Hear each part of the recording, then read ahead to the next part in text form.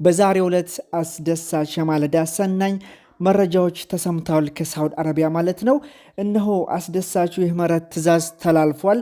በጣም እጅግ የሚያስደስት መረጃ ነው። እንዲሁም ደግሞ ወሳኝ የጥንቃቄ መልእክትም አለ። ስለዚህ በዚህ የምህረት መመሪያ መሰረት በጉብኝት ወይም በዚያራ ገብታችሁ ወደ ሀገር መመለስ ለተቸገራችሁ ይህ ሰናኝ መረጃ ለእናንተ ነው ማለት ነው።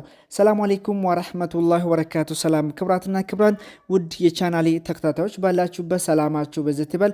እነዚህ ቆንጆ እንዲሁም ደግሞ አስደሳች የምህረት ትዕዛዝ ከሳውዲ አረቢያ እንደተላለፈ እንግዲህ መረጃው ከሂጅራ ቲዩብ እስላማዊ ድረገጽ ያገኘነው መረጃ ነው ማለት ነው። እጅግ የዛሬው አስደሳች መረጃ ነው። እነዚህን መረጃ እንመለከታለን። ለዚህ ቻናል አዲስ ከሆናችሁ ሰብስክራይብ እያደረጋችሁ ነባራችሁ ላይክ እያደረጋችሁ ለመላው እንድታደርሱልኝ በአክብሮት ጠይቃችኋለሁ። የማለዳው ሰናይ መረጃ ከሳውዲ አረቢያ እነሆ አስደሳች የምህረት ትዕዛዝ ተላልፏል።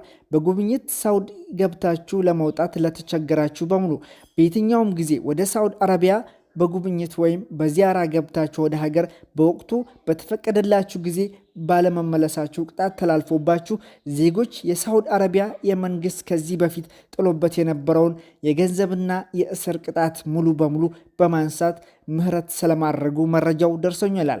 ስለዚህ በዚህ መሰረት የምህረት መመሪያ መሰረት በጉብኝት ወይም በዚያራ ገብታችሁ ወደ ሀገር መመለስ ለተቸገራችሁ ይህ ሰናኝ መረጃ በምህረት አዋጅ መሰረት የተላለፈባችሁ ከፍተኛ የገንዘብ እና እስራት ቅጣት ነፃ የተደረገ በመሆኑ ያለምንም እስርና እንግልት ወደ ሀገር መግባት እንደምትችሉ መጠቆም እወዳለሁ ይላል። የምህረት መመሪያ ለሳዑዲ አረቢያ ኢሚግሬሽን የተላለፈ ሲሆን በምህረቱ መጠቀም እንድትችሉ አስፈላጊ ጊዜው ያላለፈበት የጉዞ ሰነድ ከኤምባሲ ቆንሶላ ምክር ቤት መያዝ ይኖርባችኋል ይላል። ለጥንቃቄ በጉብኝት ወይም በዚያራ ፊዛን በልዩ ሁኔታ ከፍተኛ የመንግስት ኃላፊዎች በሚሰጥ ፍቃድ ወደ ህጋዊ ስራ ፍቃድ የሚቀየርበት ሁኔታ እንዳለ መረጃው ቢኖርም በአብዛኛው ደላላና ጉዳይ ፈጻሚዎች ይህንን እድል የሰው ገንዘብ እንግዲህ ለመዝረፍ ስለሚጠቀሙበት ጥንቃቄ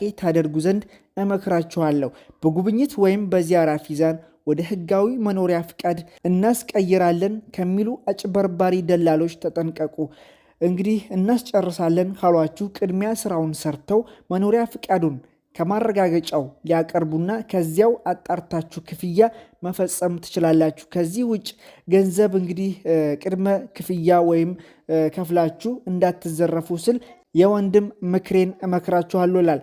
ወደ ሳውዲ በጉብኝት ወይም በዚያራ ሂደው በቅጣት ምክንያት ወደ ሀገራቸው በወቅቱ ለመመለስ የተቸገሩ በእድሉ ይጠቀሙ ዘንድ መረጃውን ላይክና ሼር በማድረግ ትብብራችሁን እጠይቃለሁ ሲል የእንግዲህ ሂጅራ ቲዩብ እስላማዊ ድረገጽ ያሰፈረው ከሰዓታቶች በፊት ይህ መረጃ ነው ማለት ነው።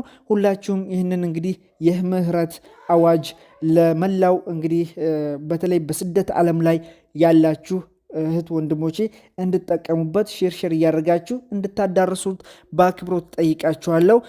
እንግዲህ ከዚህም በፊት አዲስ አዋጅ እንዲሁም ህግ ወጥቶ ነበር። እሱም ደግሞ ምንድነው ያለፈባቸው ጊዜ በፊዛ እንዲሁም ደግሞ በጉብኝት በተለያዩ ምክንያቶች ሂደው ጊዜው ቀኑ ገደቡ አልፎባቸው ወደ እስራትና ወደ ገንዘብ ተቀይሮባቸው ነበር ማለት ነው ያለፈባቸው ሰዎች አሁን ሙሉ በሙሉ እንግዲህ ይቅርታ እንደተባሉ ምህረቱ እንደጸደቀላቸው በነፃ ያለምንም ክፍያ ያለምንም እስር ወደ ሀገራቸው የሚያስፈልጋቸው መረጃ አሟልተው ወደ ሀገራቸው እንደሚገቡ ተናግሯል ማለት ነው። ይህ አስደሳች መረጃ ነው። መላው የኢትዮጵያ ሕዝብ እንድታደርሱት ይህንን መረጃ በአክብሮት ጠይቃችኋለሁ። ወሰላሙ አሌይኩም ወራህመቱላሂ ወበረካቱ። መልካም። በሌላው መረጃ በአዲስ አበባ በ315 መስጂዶች የመራጮች ምዝገባ በዛሬው ዕለት እንደሚጀምር ተገልጿል። የአዲስ አበባ ከተማ እስልምና ጉዳዮች ከፍተኛ ምክር ቤት ምርጫ አስፈጻሚ ቦርድ በአዲስ አበባ የመጅሊስ ምርጫ በዛሬው ዕለት በ315 መስጂዶች የመራጮች ምዝገባ እንደሚጀምር አስታውቋል። የአዲስ አበባ ከተማ እስልምና ጉዳዮች ከፍተኛ ምክር ቤት ምርጫ አስፈጻሚ ቦርድ ሰብሳቢ አቶ ጅብሪል ኡስማን ዛሬ በተሰጠው መግለጫ እንዳሉት በአዲስ አበባ በ315 መስጂዶች ምዝገባ ለማከናወን ከሞላ ጎደል አስፈላጊ ቁሳቁሶች መሟላታቸውን ገልጸዋል። መስጂድ አልባ የሆኑ ወረዳዎች ላይ ምርጫውን ለማከናወን መድረሳዎች፣ ዛውያዎችና የቁርአን ቤቶች የመራጮች ምዝገባ ቦታ ሆነው እንደሚያገለግሉም አቶ ጅብሪል ኡስማን ተናግረዋል። መራጮች ለምዝገባ ሲመጡ የሚመዘገቡበትን መስጂድ አካባቢ ነዋሪ መሆናቸውን የሚያረጋግጥ መታወቂያ ይዘው መቅረብ እንደሚጠበቅባቸው አክለዋል። በምርጫው ሂደት መራጮች እንጂ ተመራጮች እስከ ምርጫው ዕለት ድረስ የማይታወቁ መሆናቸውን የተገለጸ ሲሆን ምርጫውም በ5 ዘርፎች በዑለማዎች፣ በምሁራን፣ የወጣቶች ዘርፍ፣ የሴቶች ዘርፍ፣ በሰራተኛ፣ በማህበረሰብ እንደሚከናወን በመግለጫው ተንስቷል። በመጨረሻም መጅሊሱን በየዘርፉ ከመዝሀብ እና ጀማዓ ልዩነት ውዝግብ ቅኝት በማውጣት በእኩልነት፣ በፍትሐዊነት፣ በአቃፊነት፣ በአካታችነት ወደሚያገለግል ተቋም ለማሻገር እና ለማጽናት ሁሉም ህዝብ ሙስሊሙ እንዲመዘገብ ተሳትፎ እንዲያረጋግጥ ውክልናውን እንዲያኖር በአዲስ አበባ ከተማ እስልምና ጉዳዮች ምርጫ አስፈጻሚ ቦርድ ጥሪ አቅርቧል። ይህን መረጃ ያካፈለን እንግዲህ ሃሩን ሚዲያ ነው ማለት የአዲስ አበባ ከተማ እስልምና ጉዳዮች ከፍተኛ ምክር ቤት ነው ይህንን ጉዳይ እንግዲህ ያስታወቀው ማለት ነው። መስጂድ አልባ የሆኑት ወረዳዎች ላይ ምርጫውን የማከናወን መድረሳዎች፣ ዛውያዎችና የቁርአን ቤቶች የመራጮች ምዝገባ ቦታ ሆነው እንደሚያገለግሉም አቶ ጅብሪል ኡስማን እንግዲህ ተናግረዋል ማለት ነው። መራጮች በዚህ አጋጣሚ እንግዲህ ለምዝገባ ሲመጡ የሚመዘገቡበት መስጂዶች አካባቢ ነዋሪ መሆናቸውን እንዲሁም ደግሞ የሚያረጋግጥ መታወቂያ ይዘው መቅረብ እንደሚጠበቅባቸው ተናግረዋል ማለት ነው። እንዲሁም ደግሞ በሌላኛው ዜና እንደተመለከትነው እጅግ የሚያሳዝን ነገር ነው። ፖሊስ የነጃሺ ቲቪ ጋዜጠኛን ሀያት ከማልን ሁላችሁም ታውቋታላችሁ። በትላንትና ዕለት የህዝቡን ቅሬታ በመቀበር ላይ ሳለች በቁጥጥር ስር አውሏታል ማለት ነው።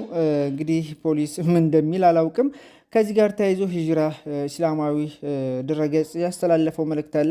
የማንም ተራ ፖሊስ እየተነሳ እኔን ካላስፈቀዳችሁ መስራት አትችሉም እንዴት ይላል? የሚገርም ነው።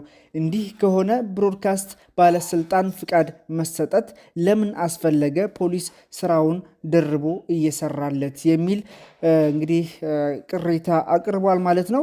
በነገራችን ላይ በጣም የሚያሳዝን ነገር ነው።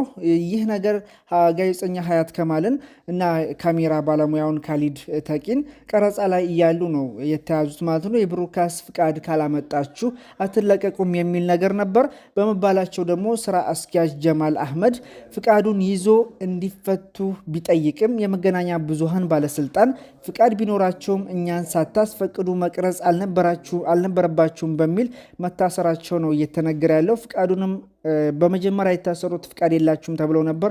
ፍቃዱን ይዞ ሲመጣ ግን እንግዲህ እኛን ሳታስፈቅዱ ነው እየቀረጻችሁ ያላችሁ፣ ስለዚህ አትለቀቁም የሚል ነገር አለ። አዲስ ነገር ካለ አሳውቃችኋለሁ። ሙስሊሙ ላይ የሚያደርሱት ጫና እዚህ ደረጃ ደርሷል ማለት ነው። በተለይ በየመንገዱ ፖሊሶች ብዙ አስቸጋሪ ሁኔታ እየፈጠሩ ያለበት ሁኔታ ነው። ብዙ ቅሬታ እየተነሳ ነው። ይህ ብቻ አይደለም፣ በተደጋጋሚ እንደዚህ አይነት ነገራቶች እየተከሰቱ ያለበት ሁኔታ ነው። ይህ ደግሞ የሚመለከተው አካል እልባት ቢሰጥበት ባይ ነኝ። በዚህ ጉዳይ ላይ እናንተ ምን ትላላችሁ? የዛሬ መረጃችን ይህ ምስል ነበር። በርሱ ቆያችሁ ከልብ አመሰግናለሁ። ሰላም አለይኩም ወራህመቱላሂ ወበረካቱ። መልካም